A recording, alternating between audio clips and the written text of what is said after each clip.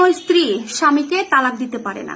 স্ত্রী যদি হাজারবার তালাক তালাক তালাক তালাক করেও যায় তারপরেও স্বামীর তালাক হবে না। অথচ আজকালকার যুগে কি হচ্ছে, অধিকাংশ নারী স্বামীকে তালাক দিয়ে অন্য একটা পরপুরুষের সাথে সম্পর্ক করে বিয়ে করে নিচ্ছে। যতটা পুরুষ তার স্ত্রীকে তালাক দেয় তার থেকে আরো অনেক গুণ বেশি এখন মেয়েরা তাদের স্বামীকে তালাক দিচ্ছে। আর এটার জন্য মেইন দোষ কার বলেন তো? আমার মনে হয় এই যে ঘটনাগুলো ঘটতেছে এই ঘটনার পেছনে মেইন দোষটা হচ্ছে আমাদের দেশের, আমাদের সমাজের কিছু অশিক্ষিত কাজী। তাদের মধ্যে ন্যূনতম শরীয়তের কোনো মাসালা বা কোনো শরীয়তের জ্ঞান তাদের মধ্যে নাই। এরা ঘুষ দিয়ে চাকরি নিয়েছে, হালালকে হারাম বানায় আর হারামকে হালাল বানায়। বেশি কিছু না, সামান্য কিছু টাকা তাদেরকে হাতে ধরাই দিবেন, দেখবেন যে হারাম কাজটাকে তারা হালাল বলে চালাই দিচ্ছে। ঠিক এই কারণে এইভাবে আমাদের সমাজে হাজার হাজার অবৈধ সন্তান জন্ম হচ্ছে। কারণ একটা স্ত্রী যদি কোনো কারণে তার স্বামীকে তালাক দিতে যায়, তালাক দেয়, কোনো দিন কোনোভাবে তার তালাক হবে না। মেয়েরা তাদের স্বামীকে তালাক দিয়ে অন্য পুরুষকে বিয়ে করে নিচ্ছে। কারণ আজকালকার যুগে এখন এই সময়ে এসে মেয়েরা তাদের স্বামীকে তালাক দেয় শুধু একটা কারণে, অন্য পুরুষকে ভালো লাগার কারণে।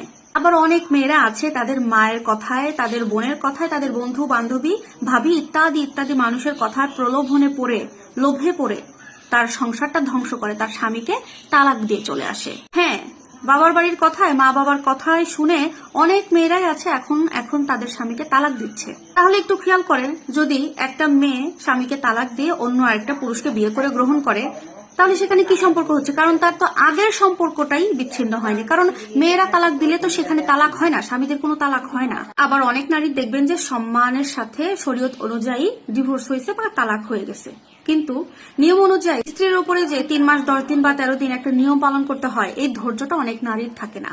তালাক হয়ে গেছে 7 দিন 15 দিন 20 দিনের মাথায় দেখবেন যে আবার বিয়ে করে বসে আছে। ওখান থেকে দেখবেন যে সে আবার সন্তান জন্ম দিচ্ছে। এইভাবে আমাদের সমাজে অগণিত অগণিত অবৈধ সন্তানের জন্ম হচ্ছে।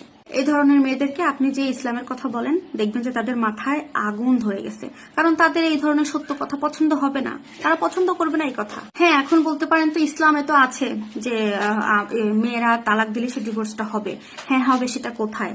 যেখানে আপনার স্বামী আপনার ভরণ পোষণ দিতে পারছে না। অনেক স্বামী আছে নেশাগ্রস্ত, সে নিজে এমন ভাবে পড়ে থাকে, স্ত্রী সন্তান কারোর কোনো দায় দায়িত্ব নেয় না। অনেক স্বামীরাই আছে ভরণ পোষণ ঠিকঠাক ভাবে পালন করে না, স্ত্রীর প্রতি হক আদায় করে না। সেক্ষেত্রে যদি বলে যে তুমি যদি এরকম করে যেতে চাও তাহলে তুমি এখান থেকে চলে যেতে পারো, সেক্ষেত্রে ডিভোর্সটা কার্যকরী হবে। কিন্তু আপনি যদি অন্য পুরুষের সাথে প্রেম করে সম্পর্ক করে বিয়ে করার উদ্দেশ্যে আপনি আপনার স্বামীকে তালাক দিয়ে চলে যেতে চান, সেই তালাকটা গ্রহণযোগ্য নয়। সুতরাং তালাক গ্রহণ করার ক্ষমতা স্ত্রীদের আছে, কিন্তু তালাক দেওয়ার ক্ষমতা স্ত্রীদের নাই। অথচ আমাদের সমাজে আমরা নিজেদের আইন নিজেরা তৈরি করে স্ত্রীরা স্বামীদেরকে ডিভোর্স দিয়ে যত তাড়াতাড়ি সম্ভব আরেকটা পুরুষের সাথে বিয়ে করে সংসার শুরু করে দিচ্ছে সব। তাই বলবো, ইসলামের নিয়ম অনুযায়ী, ইসলামের শরীয়ত অনুযায়ী নিজেদের জীবন পরিচালনা করুন, দেখবেন আপনাদের জীবন আল্লাহর রহমতে সুন্দর হবে ইনশাআল্লাহ।